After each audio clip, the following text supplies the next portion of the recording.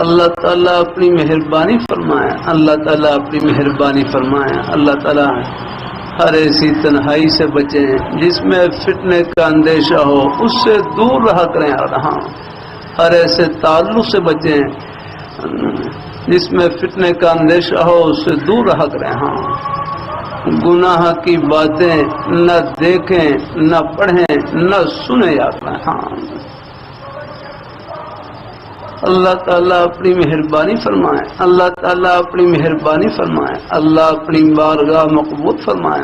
گناہ کی باتیں نہ دیکھیں، نہ پڑھیں، نہ سنیں۔ یہ کبھی کہ طلباء سے میرا کر دیتا ہوں، اس زمانے کا مجاہدہ کھانے پینے کا نہیں، اس زمانے کا مجاہدہ گناہ سے بچنے کا ہے۔ یاد رہا، والدین کہاں تک نگرانی کریں گے؟ یاد رہا، استاد کہاں تک نگرانی کر سکتے ہیں؟ یاد رہا، اللہ تعالیٰ اپنی مہربانی فرمائے۔ ہاں، گناہ سے بچانے والی چیز خدا کا خوف اور ڈر ہے۔ یاد رہا، ہاں یہ ہے۔ اللہ تعالیٰ اپنی مہربانی فرمائے، اللہ تعالیٰ بچوں کی نیک مجالس کا خیال رکھا کریں، بلکہ ان کو نیک مجالس میں لائے کریں۔ دین کی باتیں سننے سنانے سے دل ٹھنڈے ہوتے ہیں۔ یاد رہا، اللہ تعالیٰ اپنی گھر میں ہو سکے فضائل اعمال کی تعلیم کرتا رہتا ہوں۔